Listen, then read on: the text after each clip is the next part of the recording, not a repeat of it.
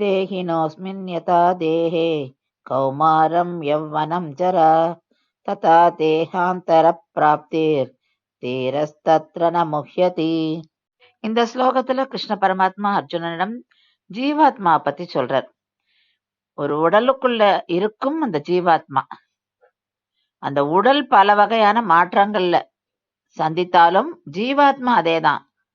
இப்போ இந்த உடல் குழந்தையா இருக்கு, அப்புறம் இளமை பருவத்துக்கு வருது, அப்புறம் வாலிப பருவம், அதுக்கப்புறம் முதுமை பருவம். அப்போ ஒரு ஒரு பருவத்திலையும் மாற்றங்கள் வருது அந்த தேகத்துல.